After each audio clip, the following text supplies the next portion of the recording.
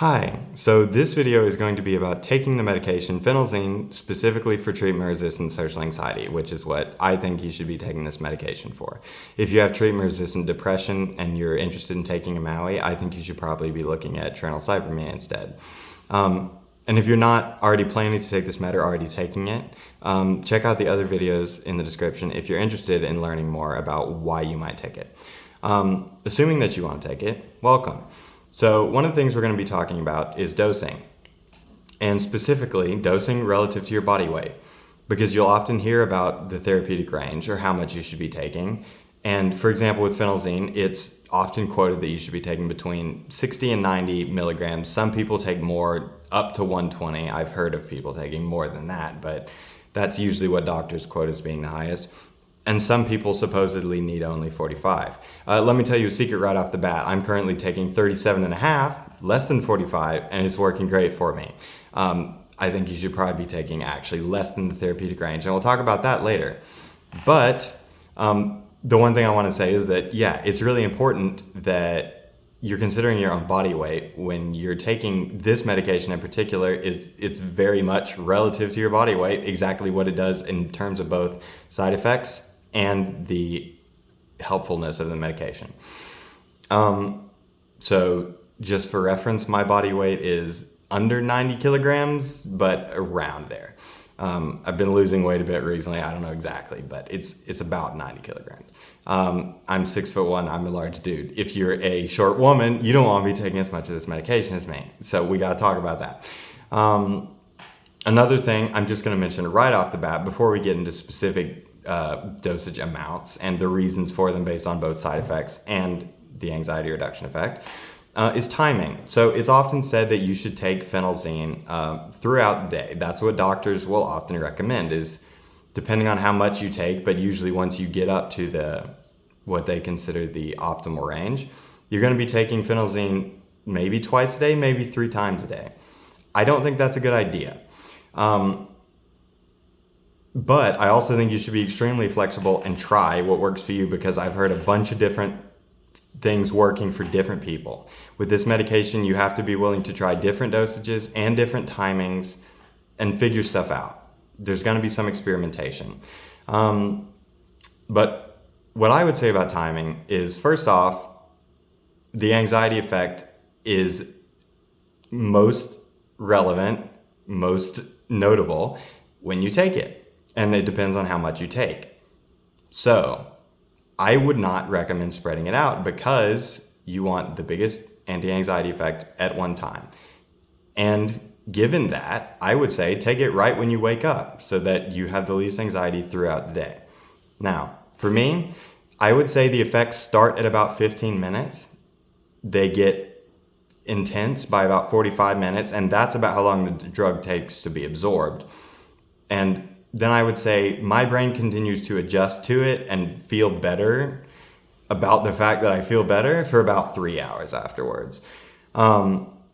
So yeah, basically better by 15 minutes, better by 45 minutes, and best at 3 hours. Then I would say it lasts at its peak effect until about 20 hours after you first took it. Not 20 hours after that 3-hour mark, 20 hours until after you first took it. And that's just based on my experience. It's not going to be identical for everybody, but that's for me, which is to say it lasts pretty much constantly. And assuming that you're sleeping well, you're going to notice your anxiety coming back when you wake up, because I would say after the 20-hour mark, both the anxiety reduction and the side effects begin to subside. So if you're sleeping well, which is an if, you can have insomnia with this med, but you can deal with it, and I've dealt with it, so I'll talk about that. But the point is, yeah, then you'll wake up and you're ready to take your med again, but it pretty much works constantly. It's fantastic. But my point with that is that it does in fact make the most sense to take it in the morning, or if you're awake at night, take it when you wake up, and have the anti-anxiety effect at its peak throughout the day, and take it again the next day. The spread dosing can potentially reduce some side effects. I think people most often do it if they're having problems with daytime drowsiness. Some people like to try different things for insomnia. Some people supposedly have a better time sleeping at night when they take it all right before they go to sleep. That doesn't check out to me, and it wasn't my experience. That's all I can say. But for me, regardless of anything, it just makes the absolute most sense to take it all first thing in the morning for the anxiety effect, because that is the point. So I'm going to wait to talk about the concepts of drug holidays, or taking a little more on some days, till the very end of this. But as far as the dosage itself, I just want to mention a little bit about the science here. Again, I'm not going to go into depth. There are research papers linked in the description if you want to read about it. But basically, phenelzine is a MAOI drug, so it inhibits the MAO enzyme and causes certain therapeutic effects. However, phenelzine specifically is a very unique MAOI, which also has a different effect, because the phenelzine itself is a substrate of the MAO enzymes, which it inhibits, which is really weird. So it can both stop the enzymes from working, and it can interact with the enzymes that are working to do something. And that thing that it does, I'm not going to explain in detail, but basically it ends up creating chemicals in your brain that result in you having higher brain GABA levels. And if you have severe social anxiety, GABA deficiency is quite possibly your problem. So that is to say that with phenelzine, that is the most important effect. You're assumedly taking it for the anxiety effect specifically. And that's the most important effect. So I will say, if you read about the therapeutic range, it's often quoted as being between 60 or 90 milligrams, or maybe about 1 milligram per kilogram of body weight. However, when people talk about that, they're largely talking about trying to achieve MAO inhibition. And with MAOIs, that is thought to be the point, right? And it can be, because it can increase levels of like norepinephrine, and I don't remember, but the point is, for an antidepressant effect, it's really helpful. But phenelzine, specifically, the anti-anxiety effect comes from the other method of action, which is not the MAO inhibition, and which in fact could be more effective with less MAO inhibition. So it's about trying to find a balance where you're taking enough phenelzine such that the phenelzine interacts with the MAO enzymes to create the chemicals that increase your GABA levels without actually inhibiting too much of the MAO, and then having less of the anxiety reducing effect. Now, I will say, there are some people that say they take high amounts of phenelzine and that's what gives them the best anxiety reducing effect. So I would say be willing to try different dosages and see what works for you. However, at the same time, I think there is a good argument to be made that actually finding a balance where you're not having that much MAO inhibition is really good, both for the anti-anxiety effect in my own experience, and as far as reducing the side effects in my own experience. So I personally think about 0.5 milligram per kilogram of body weight is actually a good dosage, and is something you should try. So like I said, I weigh about 90 kilograms. My current dosage is 37.5. I could see going down a little bit more if I wanted to totally get rid of side effects, going down to 30 milligrams. I could also see going up a little bit more if I wanted to just have slightly more anti-anxiety effect. But I personally think the dose I'm at is probably where I'm going to stay. I think it feels like the perfect balance where my life is so much better in every way regarding both side effects and anxiety. And I feel pretty great about it. But that is a range that I would suggest trying. But the number one thing is that, yeah, you're going to have to try stuff with this medication a little bit, and you need to be flexible with it. What I like to do when I'm experimenting is to take half a pill, which is 7.5 milligrams, wait about 45 minutes, see how it makes me feel, and then do it again until I get to an amount I like. Obviously, don't just keep doing that in perpetuity if it's not doing anything. But that's one thing to note about this med. You will read that it takes a very long time to work. That is if you're trying to achieve the MAO inhibition. If you are trying to achieve the GABA effects, you will notice it working immediately, I think. That was my experience. So that's what I would say. Of course, don't go crazy with it. Follow your prescription, take it easy. But yeah, try that. Try taking half a pill at a time, waiting 45 minutes, and then doing it again until you get to a dose that feels good for your anxiety. And chances are, if you're being realistic about that, then you will also land at a good place as far as side effects go. And I will also say that I felt like I needed less of the medicine after I mentally adjusted to it. So when I started, I experimented like that, and I found that 67.5 milligrams was a good amount for me. Then I had some side effects, and I reevaluated. I'm like, okay, let me try lowering the dose. I was a little worried that the anti-anxiety effects weren't going to be sufficient. Then I tried the same experiment again, and I found that I needed less than I thought I did, because I understood what the effect actually felt like, and that it feels really good, and it really helps improve my life. And I talked about why you should take it in the other video, which I linked in the description, so I'm not going to go into detail there. But just, yeah, be willing to experiment with that kind of stuff. So the next thing I'm going to talk about is the side effects and managing them. So let's just get right into it. First off, the tyramine side effect, because it's supposedly the really big deal that makes this drug dangerous. I'm going to say it's probably not going to be an issue for you. I've seen very few people talk about having severe problems with it. The only thing is, I would check out the tyramine diet guides by Dr. Ken Gilman, which will be linked in the info in the description. And if you see something on that list that he says be careful with, then be careful with it. That doesn't mean you cannot try to eat it. He has a video where he goes into depth insisting that you should try to eat it, just carefully, in small amounts. Because the thing is, if you're going to have a blood pressure reaction to tyramine, it's based on the amount of tyramine you consume, and the amount of tyramine you're consuming is based on the amount of the food you consume. So if you eat a little bit of it and you feel fine, and you eat a little more and you feel fine, that's a perfectly safe way to test it. Like I said in the other video, I've eaten literally everything on the do not eat list except craft beers, because I don't drink, with absolutely no problem. I can eat soy sauce, I can eat fermented and pickled foods, I can eat cheese, no problems. One thing where it's like maybe I had a slight blood pressure elevation was not even close to feeling like I needed to go to the hospital. And literally no reactions other than that. And there's a funny anecdote in one of the papers. He says a patient had to be admitted to the hospital, or decided to check into the hospital, after he had eaten 5 overripe avocados and an undisclosed amount of guacamole, which is kind of funny. And you're like, oh my God, avocados can cause it? That's the thing though. First off, different people have different reactions to different amounts of tyramine, so you need to try stuff. And the second thing is, if you don't eat an insane amount, I find it very unlikely that anything's going to cause a problem. And trust me, I'm a person that's had problems with eating insane amounts, so I understand. But I think if you take it easy, you're not going to have really any problem with this. I don't think it's something to worry about. So I'm not going to talk about it anymore, but there are a ton of resources if you want to read more about it. Next thing is the orthostatic hypotension. Your blood pressure is going to reduce when you stand up after sitting or laying down.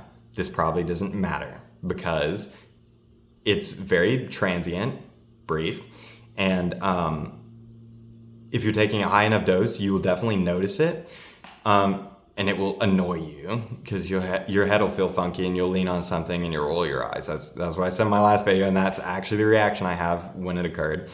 But again, if you don't have balance issues and, stuff like that, I mean, it's not going to be a problem. Like, I'm a klutzy person, but it's not dangerous, okay? If you're very old and you already have a hard time being steady on your feet, you need to be careful about it. If you're not, don't worry about it. It's not going to be a problem. It might annoy you a little bit. If it does, lower the dose. At the current dose I'm taking, I don't experience it, which is because it's related to the MAO inhibition effect. And at the dose I'm taking, I'm having very little or no MAO inhibition effect.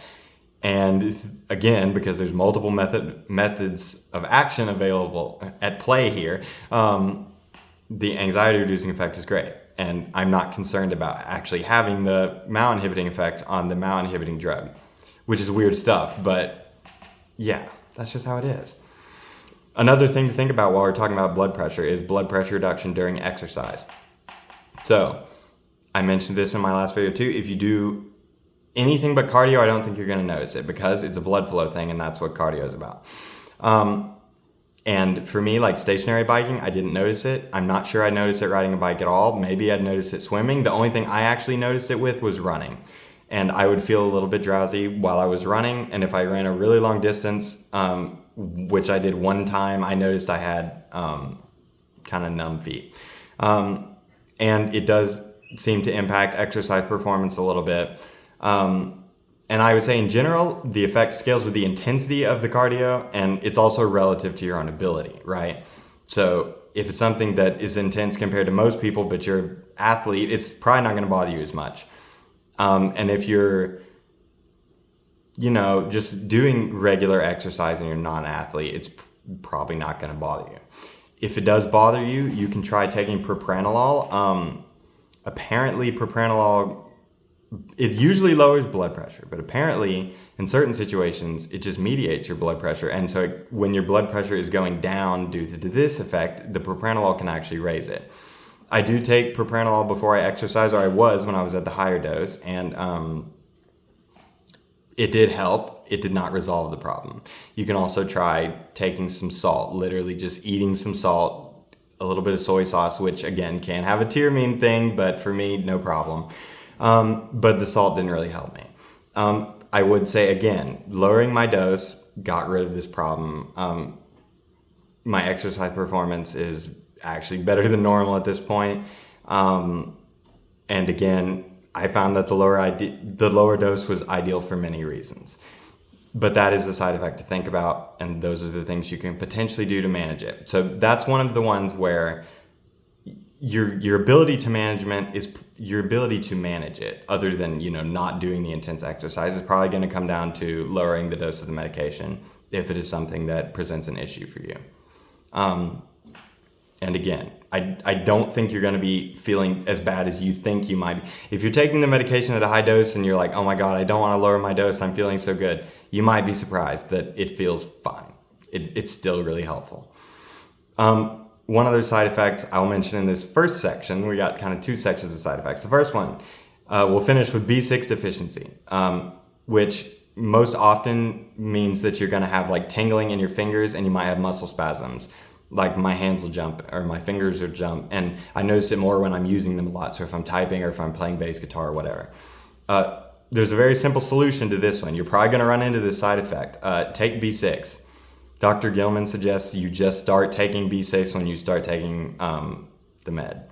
And I decided I'd get the B6 and I'd wait. Then I got the side effects and I was like, okay, he was probably right. And I went ahead and started taking them, and they calmed down immediately and went away entirely pretty quickly. Like literally entirely. So as far as taking B6, you can take up to 150 milligrams daily, and that will be safe. And my understanding is that that should be safe for any term. However, far less than that is going to be needed long term. If you want to start with a higher dose, I'm not certain it's necessary. I decided it was making the symptoms go away faster, which is why I decided to do it. That may have been a placebo effect. I don't know. I'm currently taking 3 milligrams a day, which is, you're not going to find that amount in just a B6 supplement. I'm taking now just a, I can't remember what they call it, but it has all the B vitamins in it. So just 3 milligrams as compared to 150. And that's roughly double the daily value. It's a totally safe amount to take. And yeah, solve the problem. Then there's 3 more side effects. And these side effects, now, actually this can be said of the orthostatic hypertension as well, but these side effects often improve substantially over time at a given dose. So if you take the dose for long enough, these side effects are often reported to either go away or almost go away. Depending on the side effect, that can still be annoying to deal with for that period. So what is that period? Well, it's not the same for everybody. Anecdotally, I have encountered some people say it took about a month. Some people say it was more like 2 or 3 months. Some people more like 6, 9, a year. I can't find any examples of anybody that took it for at least a year and didn't have the side effects that I'm about to talk about, as well as the orthostatic hypertension, mostly subside or entirely go away. However, again, they can be annoying to deal with during that period because of what they are. So we're going to talk about what they are, and we're going to talk about what you can do about them, which for all of these can include lowering the dose of the medication. And for me, that's what I ended up doing for reasons I'll talk about. But also there are other treatments you can add, other medications that will help you, quite likely. So first we'll talk about insomnia. I already had insomnia. Phenelzine made my insomnia worse. Phenelzine basically really inhibits your deep sleep, and for most people, I think, it entirely cancels REM sleep. It doesn't exist anymore. I didn't have dreams anymore once I started taking phenelzine, once I got to a high dose. And I adored that because my dreams are not great, but I didn't adore it because it meant that no matter how much time-wise it felt like I was sleeping, I didn't really feel rested. And part of the reason for that is it was extremely light sleep. At some point, I felt like I had a train of consciousness the whole night. And like I would check the time and whether I was having that experience or whether I could tell I was asleep. And I know I would have slept for about an hour and then woken up for, 10 or 15 minutes, slept another hour. Sometimes it was not very much. Sometimes it could be as much as 9 hours, and I still didn't feel well rested. So insomnia can be a problem. Not everybody has it. Some people it's going to be worse. I already had insomnia, so it did not surprise me that it made it really bad. I was taking mirtazapine for insomnia, which was working. Once I got to the high dose of phenelzine, the mirtazapine stopped working. So I would say try low-dose mirtazapine or doxepin to treat the insomnia. And that helps a lot of people. And it depends on the dose, and it depends on, like how well you're already sleeping in all likelihood. I was already taking low-dose mirtazapine, which, by the way, mirtazapine is, if you read about it, you will see that it is considered not safe to take with this medication. But if you read what Dr. Gilman says about it, at a low dose, the effect on serotonin is very low. You're not going to have serotonin syndrome. I've been taking it at a low dose. It's totally fine. If that doesn't work, I would say something like pregabalin may be a good thing to try next. It doesn't help everybody sleep. It was helping me sleep a little bit. I admittedly did not have a prescription of it currently. I just had some left over in my drawer, and I heard that it could help people sleep, and I knew it was safe to take with my drug. I gave it a try. That can be something worth trying. And if none of that works, then you're probably going to have to take either benzos or Z drugs, which can be problematic, and they're not ideal to take long-term. But again, you don't necessarily have to treat the side effect with medication long-term because it will go away eventually. So taking it short-term in the meantime to help you sleep can be an option. However, you can also lower the dose and you will notice an improvement immediately. And for me, I would say like literally I slept better instantly, like immediately after lowering the dose. And my sleep continued to improve for about a week. And it's perfect after that. Perfect. Again, I still need mirtazapine to sleep, but I sleep really well with it again. So it's great. Which reminds me, because I was talking about mirtazapine, there's one other side effect I forgot to mention. Phenelzine often impacts your appetite. Apparently, most people that take it get a roaring, crazy big appetite. Mirtazapine had increased my appetite. Phenelzine, on the other hand, reduced my appetite. So it probably will impact your appetite in some way. If you have a low appetite, taking mirtazapine can help that if that's something you need to deal with. Because for me, it definitely increases my appetite. And with the combination, once they're both working, I would say my appetite's pretty normal. If you have too high of an appetite, that is something that is harder to treat. And that is something that particularly people with phenelzine can have to deal with, is having a high appetite, potentially having weight gain. And so that's something to think about. But again, that has to do with the dose as well, in my experience. So you can try lowering the dose and you will maybe still have a good effect. So, it's worth trying and experimenting with stuff and remembering that there aren't known to be any permanent side effects of this medication after you stop taking it. The MAO inhibition is considered permanent because the individual enzymes are inhibited permanently, but they respawn at a rate of about 3% per day, which is to say that even if you're taking a high dose and you have side effects from MAO inhibition, within a month of stopping it, you'll have nothing. So yeah, and do taper the medication if you do decide to get off of it. But frankly, if you're taking it for the anxiety effect, I think there's a good chance it's going to help you and it's going to feel worth it. Anyway, let's continue talking about these side effects. We got 2 more to get through. So there's daytime drowsiness, which is kind of weird because you can't sleep at night and then you're tired during the day. On one hand, yeah, I mean, it kind of makes sense, but it's also a different thing. When I started it, I was like, I couldn't sleep at night, but then it was like a very specific drowsiness at a specific point in the day. It wasn't like I'm tired because I'm not getting enough sleep. It was like just a part of the day where I just suddenly felt really stunned and really relaxed and I really wanted to take a nap, which never happens to me ever. And I could actually take a nap. So some people have reported that they find that as a balance to the insomnia, taking naps when the drowsiness kicks in. I don't think that's an ideal way to handle it. If you find it works for you, go for it. So I will say this effect just went away for me pretty quickly. And then it was like, I'm still tired, but that's because of the insomnia. And then I resolved the insomnia. Now I feel totally normal as far as sleeping, when I'm tired, all of that. But if you do have the daytime drowsiness issue for any amount of time, try caffeine first. I don't use caffeine at all, never drank anything with caffeine in it, like literally twice in my entire life. So 50 milligrams of caffeine, which is half a cup of coffee's worth, I just took it in caffeine pill form, worked for me. If that doesn't work for you, you can try a prescription stimulant. If you have the insomnia issue, that can make the insomnia issue worse. I would say avoid the prescription stimulants if you can, and I think you probably will be able to. And I will say the number one thing is try to resolve any insomnia you have first so that you can be certain you're evaluating the daytime drowsiness to the extent that it's actually there totally objectively. Because I feel great during the days. I feel great at nights.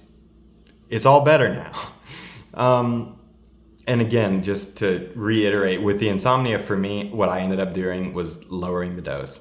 I did not add another sleep medication. I tried doxepin instead of mirtazapine. It didn't work. I did try the Pregabol in a couple nights. I just ended up lowering the dose. And like I say, I was very happy with lowering the dose because, yeah, when you find you don't need as much as you thought you did, because the thing is, you've probably been super anxious for so long. If you have treatment-resistant anxiety, that you're just like, please, you just keep taking it, and you're just like, yes, it's doing something. Just relax a little bit, and once you get more used to it, and you see what it's doing for you, what it's doing for how you feel just every day, daily functioning, as well as actually in social situations, you can have a better gauge on how much you actually need to take. And potentially, again, that being the best amount to take, because the way the MAO inhibition can interact with the other effect that produces the GABA, and it's confusing and under-researched. So I don't know, but that's kind of been my experience as to why the low dose is ideal for a lot of reasons. Then there is sexual dysfunction. So we got to talk about this like big boys. I debated exactly how to handle this, but I'm going to just try to be blunt about it. So I've had sexual dysfunction on 2 other medications before, one of which was an SSRI and was pretty damn bad, and I was pretty much totally disabled, but not completely. And then there was duloxetine, an SNRI, which was pretty mild for me. Phenelzine was by far the worst, so let me explain exactly what I mean by that. I'm sorry if you don't want to hear it, go to the next timestamp in the video. But more or less, I could still get erections, but I had total genital numbness and I was completely unable to orgasm. And that is what most people experience when they have sexual dysfunction from taking this medication. And that's not a Maui thing. It can be, but it's usually a phenelzine specific thing. And like I mentioned at some point, whether it was in this video, I guess it was in the last video, supposedly about half of men that take it experience it and about a third of women. I think it's probably higher for both. I think it's probably significantly higher for women than is reported there, and I think it's higher for men too. I think probably you can count on it if you take it at a high dose. That's the thing. So it took about 2 weeks for it to start at the high dose for me, and then it started, and yeah, at that point, like, yeah, it was like my genitals could have just been any other appendage, right? They just didn't function. But lowering the dose did work for me. It was a little different than sleeping, whereas sleeping, I saw immediate improvement and pretty much total normality within a week of lowering the dose, which again for me was from 67.5 to 37.5. And again, base that off my body weight, 90 kilograms. I saw a gradual improvement with the sexual dysfunction after I lowered the dose, and I would say I approached normality after about 2 weeks, and I'm still not totally normal, but I continue to improve, and if I lowered the dose more, it would get rid of it. I know everyone I've heard of that said if they decided to stop taking the med because of this side effect or another side effect, said pretty much within 2 weeks of stopping, they were more than normal, right? So it's not something like with PSSD, I think it's called, where SSRIs can theoretically, in a small amount of people, cause permanent sexual dysfunction. To my understanding, that does not happen with this medication, but it can cause really intense sexual dysfunction while you're taking it. And again, I want to reiterate with the insomnia and the sexual dysfunction, both especially, those are known to very frequently, eventually, significantly decrease if you remain at your dose for a time, to the point where people often say they went away entirely after some amount of time. With the insomnia especially, you can't necessarily afford to wait because you have to sleep, right? And trust me, if you already have insomnia, it can still get worse. Maybe not for everybody, but again, not everybody will have the insomnia at all, but that's how it was for me. And with the sexual dysfunction, it's like, I'm not in a relationship. It's not the absolute most important thing in the world to me, but it is annoying when your body doesn't work right. And so yeah, that's just something to think about as far as it can be intense. I think if you start and remain at a lower dose, you probably won't experience it. And if you take a higher dose, you probably will experience it. And you'll have to decide what you want to do about that. As far as medication, you can treat sexual anorgasmia specifically. You can treat with cabergoline or pramipexole, which are Parkinson's medications, but they're used off-label for this purpose. And I've heard a lot of people say that they're extremely helpful. I decided not to take them both because I would rather not take a medication for sexual dysfunction if I don't feel like I need to. If I was in a relationship, it might be a different story. But also with those medications, there are side effects that people definitely have to deal with that can be annoying. And also with those dopamine agonist medications, apparently their withdrawal symptoms can be so bad they have an acronym for it, DAWS, dopamine agonist withdrawal symptoms. Not everybody experiences that either, and that will be when you get off the med. And also, if you taper it, you're less likely to have problems, but supposedly that can be a bad experience. So there are medications to treat it, but they're not totally ideal. However, again, lowering your dose will solve this problem, and you can still have the anti-anxiety effect. And so, yeah, the thing I want to emphasize in this video, there's a few things. One is that there are side effects. There are also medications to treat those side effects. And if you take a low dose, you'll probably have very little problem with side effects that actually bothers you. Just to reiterate, at my current dose of 37.5, the tyramine effect, no problem. It was never any problem. Orthostatic hypotension doesn't occur anymore because I'm not even getting a significant amount of the MAO inhibition and I don't need it for the anti-anxiety effect. Blood pressure reduction during exercise is gone now. B6 deficiency is treated with a supplement, totally no symptoms. Insomnia is gone now. I have insomnia. It's treated with mirtazapine. It's working great again. Sleeping great. Daytime drowsiness, totally gone. Sexual dysfunction, I still have a little bit, but it's only been 2 weeks since I was taking that higher dose and it's still improving. And I would say I'm pretty normal. So overall, I'm not having a hard time with side effects. And again, the key thing I would really want to emphasize with this video, as much as I keep saying that about different things, is it's about dosing, okay? And you're going to have to experiment with when you take it and how much you take of it. But it might be significantly less than you think. So just be willing to try stuff. And like I said, take half a pill, wait 45 minutes, take another half, wait 45 minutes, and repeat until you feel good anxiety-wise. And also do that more than once, because don't just reach the dose and then assume you have to take that dose, because once you get used to the effect, you know what it feels like, and you know what you're expecting, how good you're expecting your day to go, relatively speaking. Just by yourself, you feel so much better, like I mentioned in the last video, and interacting with people. And you'll have a better idea of how much you actually need to take, and it'll probably be lower than what you thought in the first place. So again, for me, I would say in the range of 37 to 45 is ideal for me at 90 kilograms of body weight, with 45 being half a milligram per kilogram, 30 being 1/3 of a milligram per kilogram, and I'm halfway in between that. And I don't remember what that number is off the top of my head, and I really should, but anyway. Somewhere in that range, I think, is going to be probably ideal for you for the anti-anxiety effect and managing side effects. So I would recommend you kind of think about it that way, because you'll also read the papers in the description if you're interested in taking the med, and read other people's anecdotes, and you might think 1 milligram per kilogram is where you need to be, and maybe it will be where you need to be. But for me, it wasn't, and I'm glad I figured that out, because I feel great. I feel so great. And the last thing I want to talk about is the idea of drug holidays and booster days. Let's start with the booster days. So that's the concept of taking more medication on certain days. Again, this is something that most likely will not be endorsed by your doctor.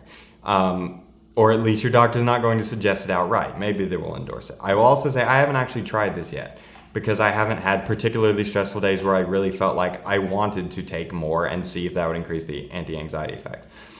And like I say, I think a lower dose is better long-term for the anti-anxiety effect, because the lesser malinhibition is probably better for maintaining the anti-anxiety effect. But that doesn't necessarily mean that taking a higher dose once in a while won't feel nice when you have a really stressful day.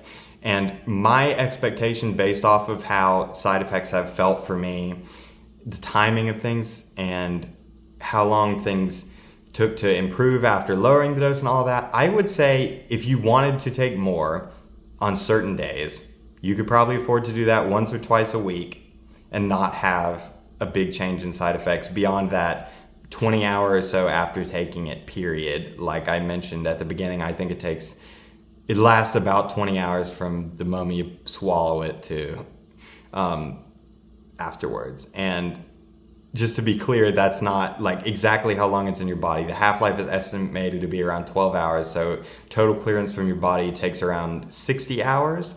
But yeah, as far as the maximum effects, I would say it's around a 20-hour window for both side effects and the anxiety-reducing effects, just in my experience.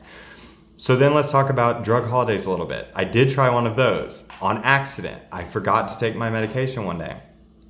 But then I eventually realized that night I probably had forgotten to take my medication. I wasn't really sure. So I was like, okay. I tested some things. I would say the side effects improved significantly after about 30 hours, which I would say is around 3 half-lives. Again, the thing is with medication half-lives, they vary depending on the person. So when I say, the only reason I'm mentioning the number of half-lives is to say it's not going to be the exact same number of hours for you necessarily. But for me, it was around 30 hours that I was, at that point, it was like, I'm pretty sure it's been about 30 hours since I've taken it, and the side effects feel very improved. Now, to be clear, something with drug holidays, especially with this drug, the anti-anxiety effect occurs when it's in your system. If you're not taking the medicine, your anxiety is going to be there just like normal. That kind of goes without saying. It's not going to be worse than normal in my experience, but yeah, it is going to be normal. And so, you know, if you're choosing to take a drug holiday for side effects or something, that's something to think about. And frankly, I wouldn't really recommend it. I would recommend you work on lowering your dose instead. But I just wanted to mention this since I did accidentally skip it one day. So I would say the side effects improved after about 30 hours pretty significantly. They also improve at about the 20-hour mark, like I said, because all the effects subside around start to subside around then. But I would say I saw a significant reduction in side effects around 30 hours. But also, the next day, how I was sure that I had in fact forgotten my medication the previous day was because the withdrawal symptoms started around 40 hours, and I woke up in the middle of the night with a real bad headache. Nothing else happened. But yeah. And so it's not, the thing is with medications, it's not dangerous to enter withdrawal. It just sucks. So I had a headache and I was like, okay, time to take my phenelzine. I definitely forgot to take it yesterday. And it was very clear immediately that I had, because things very quickly went back to normal. And it was pretty much the same as how long the effects take to kick in. You know, it was like my headache started to feel better after about 15 minutes. It was a good bit better after about 45 minutes, and it was gone after 3 hours. So if you do want to attempt a drug holiday to try to reduce side effects for a time, if you're generally happy with a dose you're at and the side effects, but you want to reduce them at particular times for some reason, which is something people often do for sexual dysfunction if they're in relationships and they're like, all right, I want my body to work so I can have sex at a certain time. Yeah, that's something you can do. Again, some doctors endorse it, some doctors won't. But just based on my accidental testing, I would say side effects are going to improve at around 30 hours for me. And at around 40 hours, which is to say about 33% longer, you're going to start getting withdrawal symptoms. And you're going to want to take your medication again by then.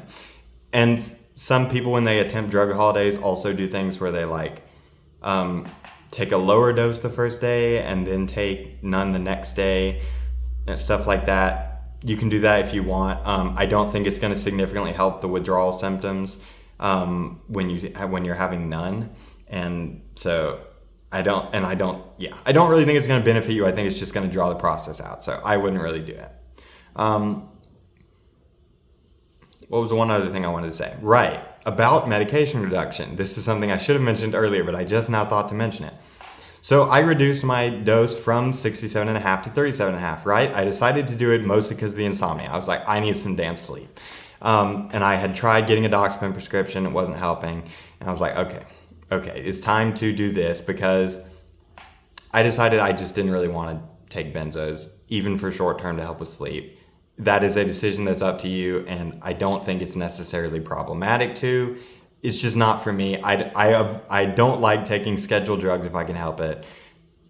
And I think most people are going to feel like that. But yeah, just depends on if the lower dose doesn't end up feeling good for you anxiety-wise, then yeah, you need to stay at the higher dose. You need to figure out what medications you need to do to deal with the side effects. But for me, the lower dose felt great anxiety-wise, and it felt great side effect-wise. So the point I'm trying to get to here, I lowered it from 67.5 to 37.5. I did that instantly. I did not taper down. I dropped 2 entire pills. So I was taking 4.5 pills a day. I dropped it to 2.5 pills the day I decided to. I didn't notice any problems. That's not going to be the same for every person. Dr. Gilman, if you want to taper down, recommends personally dropping 15 milligrams or 1 pill and giving it a week and tapering like that. So if you do have withdrawal symptoms from lowering the dose, you probably want to try it more like that, or even slower if you need to. I dropped 2 pills in a day and I didn't notice anything. But of course, like I say, after that, when I did accidentally drop to 0, I did notice the withdrawal symptoms. So for me, yeah, it was definitely not a problem to drop the dose real quick when I decided I was ready to do that. It will depend on exactly how much you drop it and your physiology in particular, which of course I cannot predict. I hope this video was helpful. It was about when to take phenelzine, how much phenelzine to take. It's probably less than you think. How to deal with the side effects. Probably drop the dose. You'll probably be happy with it. And if that doesn't work, there are medications and things you can do. And also, for the B6 side effect, just take a B6 supplement. You should do that. You should probably do that.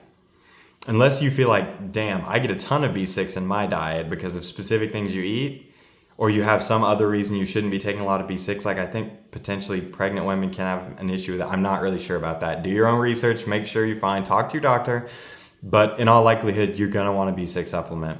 And everything other than that, probably not gonna be a big deal when you're at a good dose. If it is, try some medications. And the reason for that is, again, in the last video, because I think you'll find if you have treatment-resistant anxiety that this is worth it in ways that no other medication was for you. And I hope that's the case, and I hope this helped. Bye. I hope you have a great day.